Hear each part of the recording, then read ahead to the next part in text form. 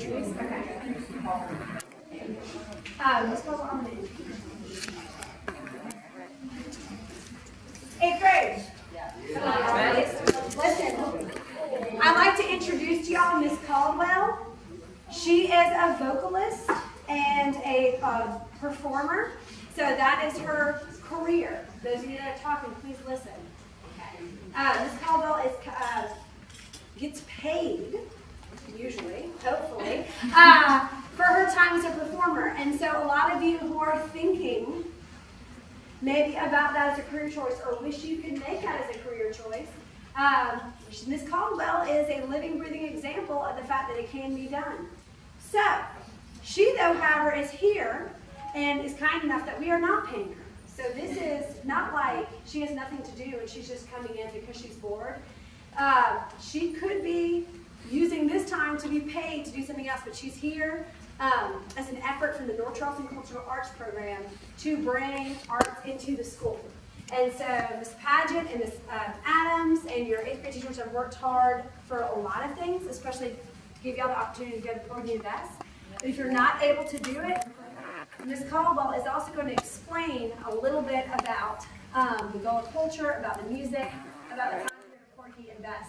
So, I don't think I need to explain to y'all the etiquette rules of listening. Everybody right now is being awesome. So we're going to give our attention to Ms. Caldwell, who's going to take it away. All right, we have to have a rousing applause before I start.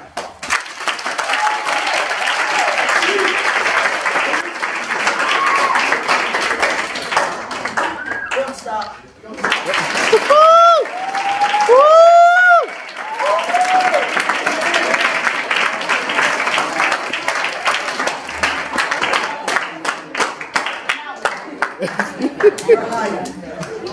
All right, this is going to be interesting because I don't have a microphone. You're going to have to kind of be as quiet as you possibly can. And I will get you doing some stuff that you can be noisy with, and the teachers won't stop you because I will have given you permission to do so. I guess all that's needed to be said has been said. I performed in the last major production of Porgy and Bess, and that was in 1990. How many of you were around in 1990? That's what I performed. So it was just after the storm came through. So along the way, we're going to be doing some things and explaining to you some of what you will see and hear in the production that you're going to watch. How are you this morning? Tell me, how are you this morning? Tell me, how are you this morning? Tell me, how are you on this lovely morning? How are you this lovely day? That's one of the songs from Porgy and Bess. Hopefully that's one of the songs that you will hear when they come in and they're greeting each other. So let's get started. In 1989, Hurricane Hugo was planning a trip to Charleston. This big old storm. At 6 p.m., as far as I know, it's the only storm that they said that happened in Charleston on 2 days. The 21st and the 22nd. At 6 p.m. on September 21st, it was headed straight towards the front door of the coast of South Carolina. It wasn't going left, and it wasn't going right. And it sure enough wasn't going back from where it came. Now, at 12:01 a.m., September 22nd, with not as much as a knock, it busted down the door and came straight into the living room of Charleston, tearing up everything in its way. It was throwing furniture around. It was tearing off roofs on the houses, and it was busting glass left and right. Now, there were storms that were worse than Hugo, but I don't remember them like I remember this ill-managed storm. I was 7 years old, yes, I was 7 years old when Gracie's 140-mile-an-hour wind came rushing through Charleston on September 29, 1959. It was around 1959, that's what I thought. And that could have been the reason why I don't remember Hurricane Gracie. Now, I was a grown-up woman when Hugo happened, though, which is probably why I remember it. I remember the wind. The wind was scary. Whenever I heard a gust of wind, I believed the top of the house was about to come off. Even before the storm officially arrived, the top of the tree that was in front of my house snapped off, just like a toothpick. It went back and forth, back and forth, and back and forth, and pop. And it was gone. Whenever the weathermen reported the storm conditions, they used words like devastating, demolished, and destroyed. Trees were torn up out of the ground. Boats and cars were thrown around like toys. And houses were ripped from their foundations and reduced to a pile of kindling wood. If you go online and Google Hurricane Hugo, you will know that what I'm telling you is true. And there was water everywhere. I was living in downtown Charleston when the storm hit, so I know exactly what the holy city looked like before, during, and after. Not only did I see the devastation, but I felt it as well. This was my home, and it was a mess. But the folks what live here, with the help of the good Lord, and the folks what come from off, roll up their sleeve and commence putting South Carolina back together again. Now, there had been some auditions prior to the storm for the production of Porgy and Bess. My mother decided that I needed to be a part of the performance. I was not going to do it. I had no experience being on anybody's stage, but she had heard me in the house day after day after day, sitting in front of the record player. Yes, the record player. And listening and singing along with it. So she said, go down there and audition. So I auditioned and was selected to sing the ensemble, choral ensemble. Now, everybody pretty much figured that the rehearsals, much less the performance, just wasn't going to happen. Things were pretty tore up in Charleston. But the powers that be decided to go ahead with production of the opera. The major production ran from March 13th to March 29th in 1990. That included matinees, that included evening performances. It took place at what was then known as the Gilliard's Auditorium. This time around, it's called the Gilliard Center. It's been renovated and turned into something even more beautiful than it was. Porgy and Bess is an opera, and it takes place in the 1920s. Was anybody around in 1920? That's what I saw. Now, do you know the difference between an opera and a musical? Anybody know the difference between an opera and a musical? In an opera, what is it? Opera? A musical is a play and they have a story to it. An opera is just singing nonstop. Say that again? An opera is singing nonstop, whereas a musical has some story. Right. In an opera, everything's sung. In a musical, there's talking and singing. So, Maria. I asked you a question. You want to say, Miss Ann, how are you today? Say that. Miss Ann, how are you? I'm fine, I'm fine, I'm fine. I got in my car and I came here, and I am fine. Woo!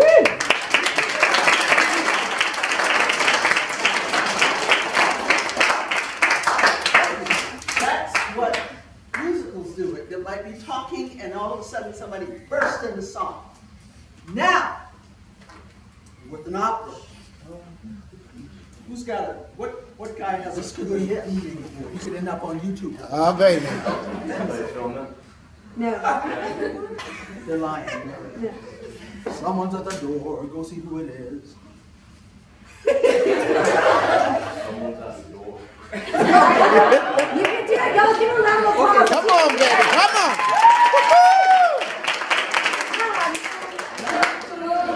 Yeah, Fernando. Someone at the door, we'll see you again.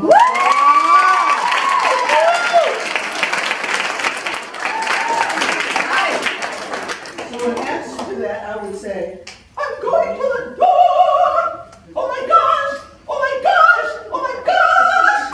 I'm a mess! The house is a mess! The kids are a mess!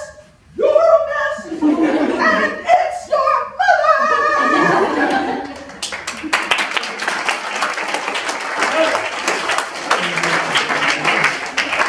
That's what an opera does. Everybody's singing stuff. Now, the opera was written in 1934 by a guy named George Gershwin. Gershwin was inspired to write the opera after reading DeVos Hayward's book entitled Porgy. In addition to the music for Porgy and Bess, Gershwin also wrote songs like I Got Rhythm, I Got Rhythm, I Got Rhythm, who could ask for anything more? He also wrote There's a somebody I'm longing to see. I hope that he turns out to be someone to watch over me. He also wrote, It's wonderful, marvelous, you should care for me. All night, night, night, please see. Thank you for joining me. Further inspiration came from the James Island Gullah community, where Gershwin heard the rhythm and the message of the music that was composed by the ancestors brought to this country for slave labor and preserved by their descendants, called the Gullah people. Gershwin modeled his compositions after the blues, jazz, street cries, and spirituals he heard on the islands. Now this brings me finally to what I want to talk to you about. Gershwin studied the culture of the island people, and most of it he had never heard before, but he did his homework. Now when you go to watch the production, you will observe people living their lives and recording it in song, much like the ancestors did, in order to pass on to the future generations what their lives were like in this strange world. The ancestors sang the spirituals. Porgy and Bess had all the stuff that makes for a great opera. It had life, death, struggle, joy, sadness, happiness, hope, love, just like the spirituals did. Now the production opens up with the singing of a lullaby. The ancestors used lullabies as well, to quiet or lull infants to sleep. There's a lullaby that was recorded on aluminum disc, and it's the sound of a woman singing an African lullaby to a little boy whose name is Archie. Now often in the Gullah language, the R's are not pronounced. So Archie, when you translate it into Gullah, comes out Achi. And she's talking about her two children, whose names are Mingo and Manilda. And she stops to ask them, why aren't you helping me to take care of Archie? And she finally says, that's okay, I'll take care of myself. And the lullaby goes like this. Dictionaries are good for this. Achi, me little one, bingo, manilda, mine the little one, biachi minum, biachi minum. Now, if you want to sing along with me, all you have to do, that's interesting. I'm glad I didn't hit it with my hand. All you have to do is sing, biachi minum, biachi minum. Now, it might not be cool for the guys to sing. You don't want to sing, guys. But ladies, if you want to sing the song, it's a lullaby. Here's this woman singing this lullaby to a baby. Achi, little one, bingo, manilda, woman, little one, biachi minum, biachi minum. I'm going to do it again so y'all can sing. Achi, little one, bingo, manilda, woman, little one, biachi minum, biachi minum. One more time. Achi, little one, bingo, manilda, woman, little one, biachi minum, biachi minum. Boy, that was good.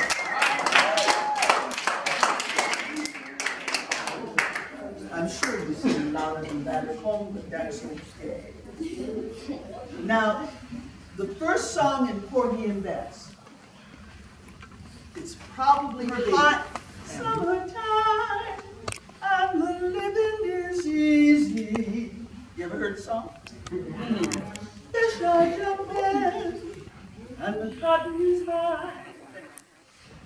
All my mom sings is the first part, I'm sorry. Your daddy's rich, and your mama good looking. So hush, little baby, don't you cry. That's what she's doing. Now, the child is not convinced that it ought to be quiet or go to sleep because it cries at the end of the song. But Clara, who is singing the song, her husband Jake tries his own version of a lullaby, which is poking fun at women. Listen to the bluesy, jazzy rhythm of the song. He says, listen to your daddy warn you, oh, you started traveling. A woman may born you, love you and mourn you, but a woman is a sometime thing. See guys, y'all can sing that. A woman is a sometime thing. Now you won't hear that rhythm in the opera. You will hear, listen to your daddy warn you. Oh, you started traveling. Here comes the rhythm.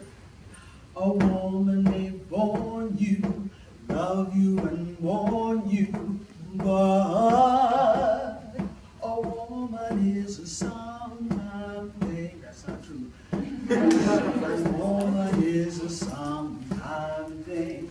That was Jake's idea of a lullaby. Yeah. The lullaby didn't work either because the child cries after that too. Now enter. Now comes Porgy.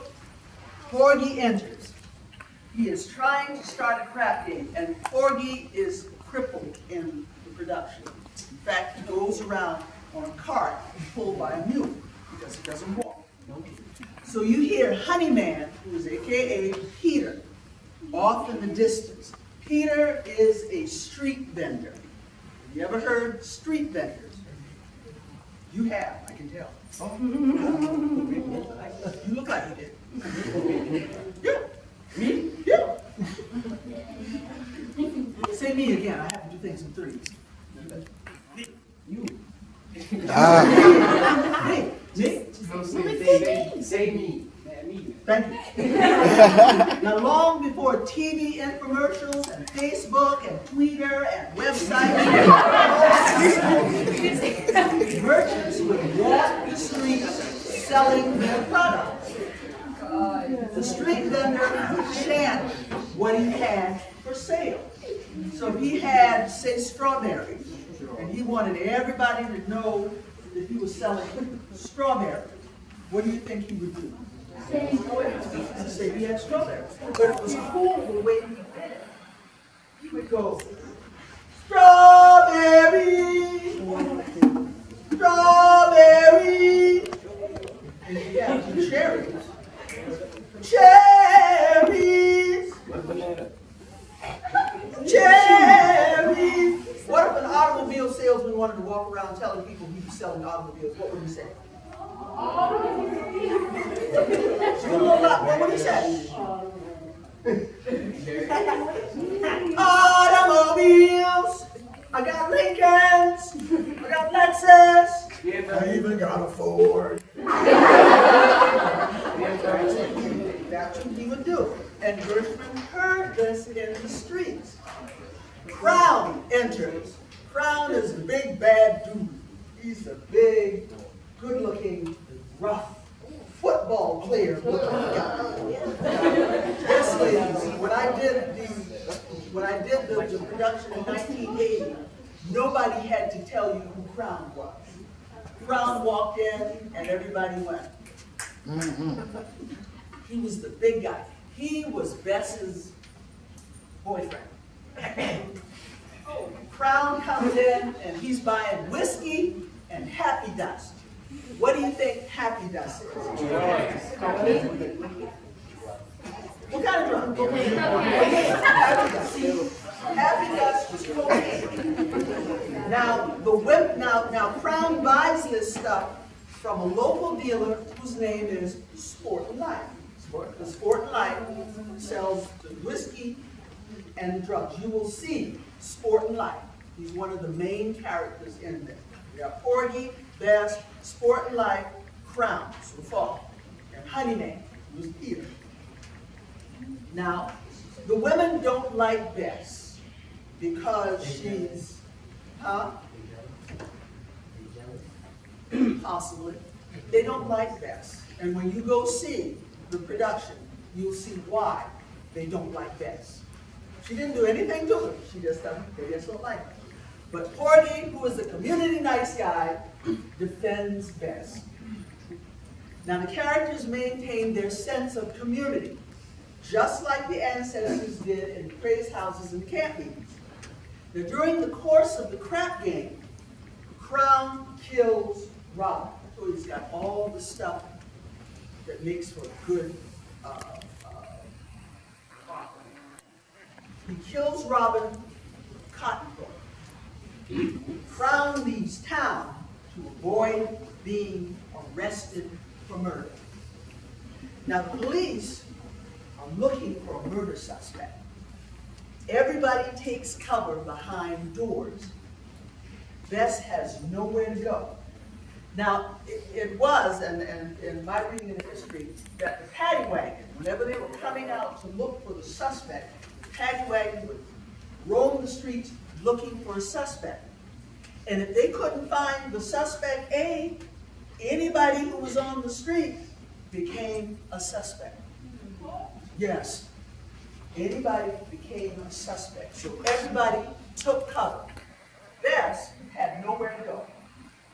Knocking on doors, let me in, let me in. And nobody would let her in. She was alone. Porgy takes her in. He's been defending her all this time.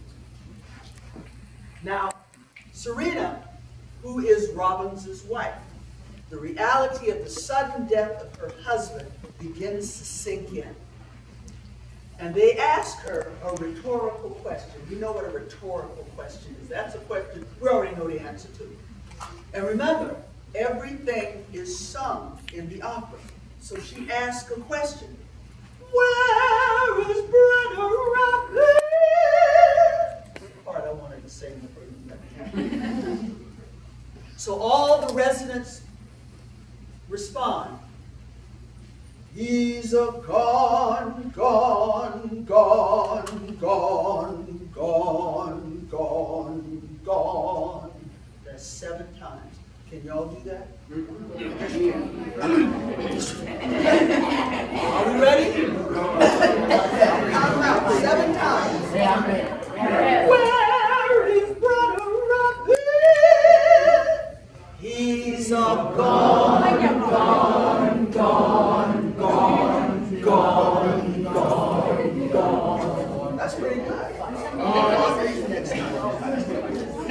Now at the wake for her husband, Serena sings what might be considered a gullah sorrow song. It's a very emotional song. Now when the ancestors sang sorrow songs, it was usually because something tragic had happened. This particular spiritual is sung by a woman who is angry at God. She sings it in a minor key. She is enslaved. This is the first time she's ever been enslaved. And she doesn't like it, and she wants to know why. So she looks at God and she says, Lord, how come me? Lord, how come me? Lord, how come me? I wish I had never been born. What is she saying? That's not a rhetorical question. What is she saying? Why her? Say that again? Why her? Why her? Why? What other questions could she have in her head?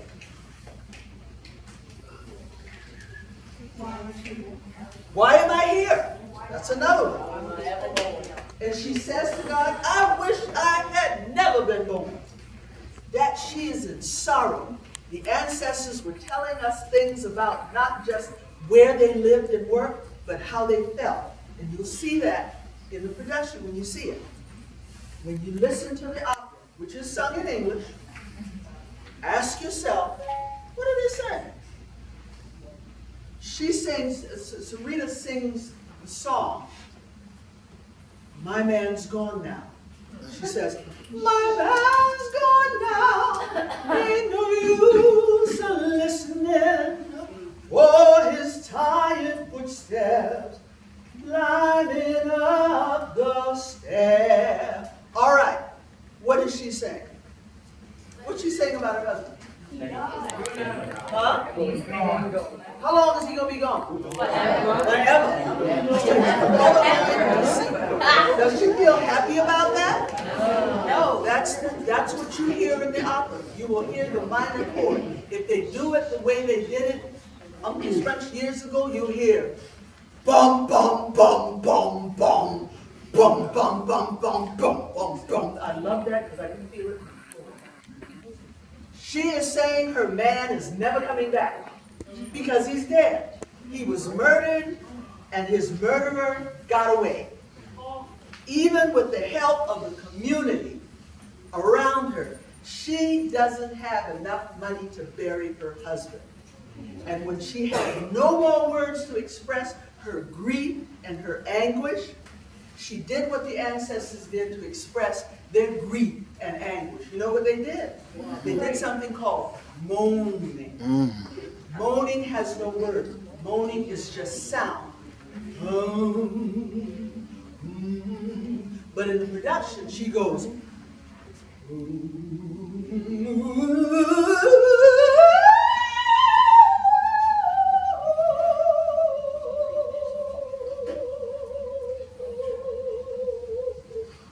that's moaning. That's what ancestors did. People gathered around her to help her with her grief. That's what Gershwin saw. Now Bess begins to sing a gospel number. And the woman joined in, which says, okay, Bess is cool again. The song comes at the end of the first act. Bess lifts them out of their grief because they can't stay there. They have to feel good again. So Bess does that. Now take note of the rhythm, and I won't do it just yet. I'll just give you the song. Yes, we're leaving on the gospel train, and you better get on board. Yes, we're leaving on the gospel train, and you better get on board. What's the rhythm? This is the rhythm. Not quite. It's what's done with the hands. Yes, we're leaving on the gospel train, and you better get on board.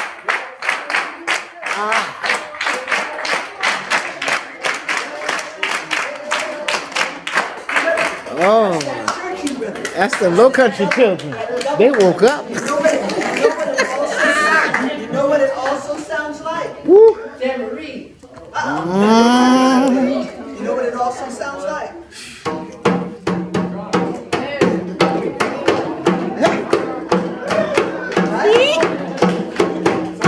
Where would that have come from? Exactly, from Africa. Back in the Gullah country, they carried their rhythms with them. Act 2. The ancestors would often use the rhythm of the spirituals to set the pace of work. Oh, here we go. When the song was sung fast, the pace of work was fast. But when the song was sung slower, the pace of work was slower. Sometimes that slower pace was used to rest when they could not stop working. Now, in Act 2 of Porgy and Bess, you hear the men prepare to work on the boat by singing a song that mimics the movement of pulling on a net. I think we can use this stick before it falls completely. I need 2 gentlemen. Stuck your hand up. This guy right here. You guys still got your hand up? He wants to go. Oh, I got. Oh, he wants to. He wants to.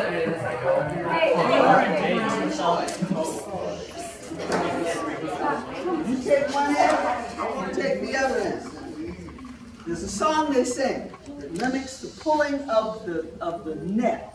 Now this net is real heavy, so it's going to be hard for one person to pull it by themselves. So they got to know exactly when to pull that net up. The song says, "It take a long pull to get there." Huh!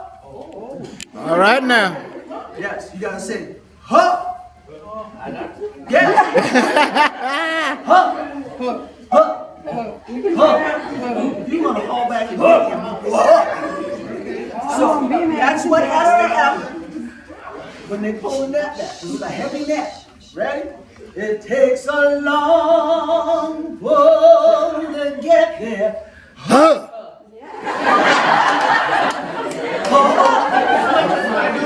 Get off this. It take a long pull to get here. Huh? That's it. You may sit down now. Thank you. All right now. Woo-hoo! That's what made the work more efficient. Gershwin heard that too.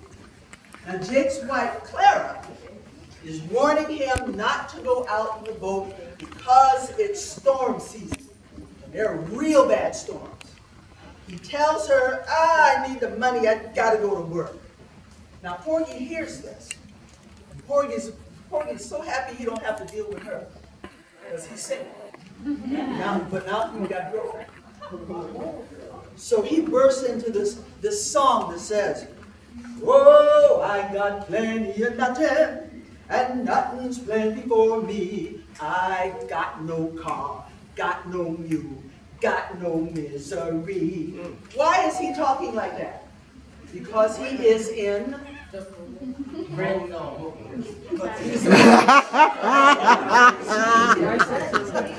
is in love. Oh, he is feeling good, but now he's in love. He got a girlfriend. Y'all know like y'all can. His ancestors had moments when they felt good. They did not sing the spirituals because they felt good. They sang the spirituals to make themselves happy. Now, the church picnic at Kittywa, that is the Gullah word for what? For what? Kittywa. Out on John's Island, Kittywa. There you go. Kiowa. It's a happy time for the folks that got this road. They sang, "Oh, I can't sit down. Got to keep it going like the flowing of a song. Oh, I can't sit down. Got to take my honey and my sunny smile along." What is the rhythm?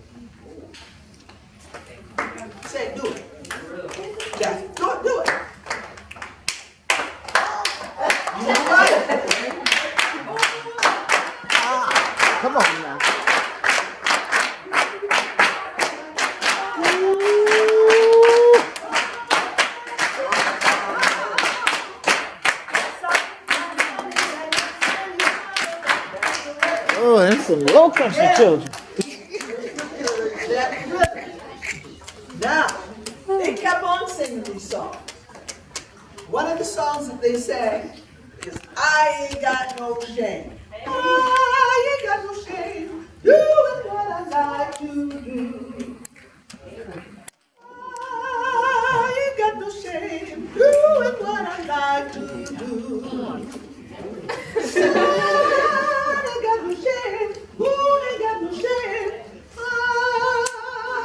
ain't got no shame, doing what I like to do. They also sang something I thought was really cool. You'll hear it. They go, ha ta ta, ha ta ta, ha ta ta ta ta ta ta ta ta, ha ta ta, ha ta ta ta ta, ha ta ta ta ta, ha ta ta ta ta ta, ha ta ta ta ta ta, ha ta ta. You will hear that as well. Just don't jump up. They even joined in an irreverent song with Sport and Life. Who did we say Sport and Life was? Drug dealer. He sold whiskey and he sold drugs. Now, in the course of all of what's going on, remember I told you they would arrest anybody if they thought it was a suspect? Honeyman, who's Peter, got picked up for the murder. He was later on released, but he was picked up for the murder of Robbins. Now, Sport and Life sings this song. Have you ever heard the song? It ain't necessarily so. It ain't necessarily so. Now, it's kind of like a call and response song. So what I'm going to do, I'm going to tell you the line, and you have to say it back to me. You ready? Why do? Why do? Oh, Zembambulu. Hooty hooty wada. Scattly wada. Scotland. Oh, yes. Why do? Zimbabulu. Hooty hooty wada. Scattly wada. There you go. Now let's sing. Why do? Zimbabulu. Hooty hooty wada. Scattly wada. That's what he does. And everybody's singing this song with me. Now, I told you probably more than I should have told you about the play. But you will find out more about it as you go to watch it. I will tell you this. There is a big storm. Something happens to Clara. Something happens to Jake. Something happens to Porgy. Something happens to Bess. Something happens to Sport and Life. And something happens to Crown. And that's all I'm going to say about that. But there is a scene in the opera where the folks gather together and they gather together to pray. But what happens is they're all saying something different at the exact same time. Now I need 4 volunteers, preferably 2 women, 2 men. Any young ladies who don't mind saying something.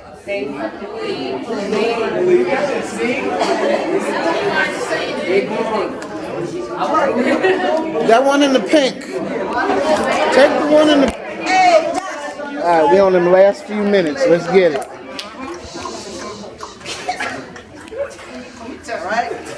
Take that, hold it, don't say anything. Take that, hold it, don't say anything yet. Take that, hold it, don't say anything yet. Take that, hold it, say anything yet. Don't. I guess I'll keep this one. Now, you know what you got on your paper. When I say 3, this is an experiment I've never tried before. Okay? You don't have to sing. Can you talk her? You can talk. You look like my grandson. He's good looking. When I say 3, 2, 1, I want you to start saying what's on your card and don't stop till I go like this. Excuse me, sir. All right. That's not me. All right, remember? 3, 2, 1, and start saying what's on your card. And when I do like this, I want you to say it louder and louder and Louder. Louder.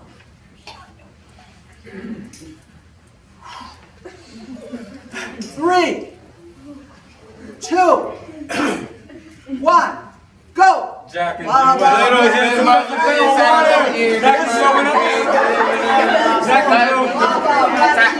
and Jill went up to fetch a pail of water.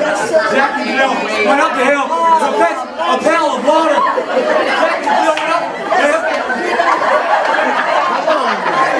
Jack and Jill went up the hill to fetch a pail of water. Hallelujah.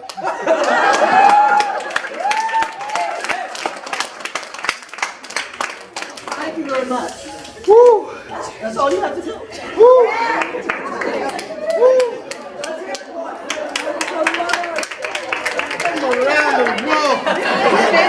How much time is left? 3.5 minutes. About 1 minute. All right, you got 1 minute to ask me questions. And after that, you will wonder about it for the rest of your life. Yes, sir. Where are you from? I am from Denmark, South Carolina. Woo woo! Where are you from? This is not far from me. Somewhere that you Yes, sir.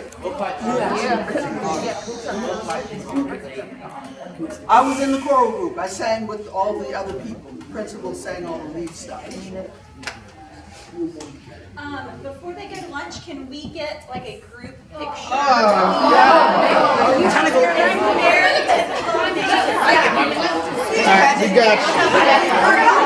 we got video. Alright.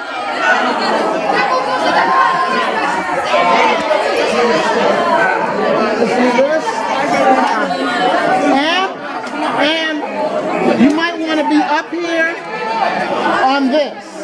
I know you got your girls and stuff, but you might want to be up here on this. Alright, let me get out of the middle of this. Yeah, we've been the whole time. That was you.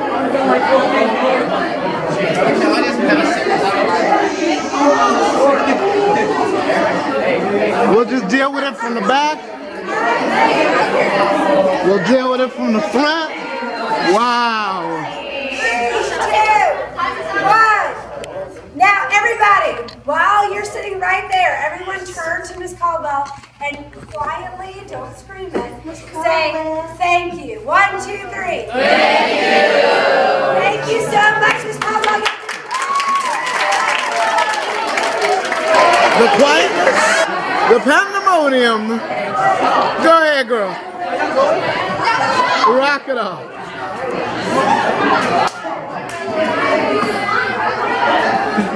I love it.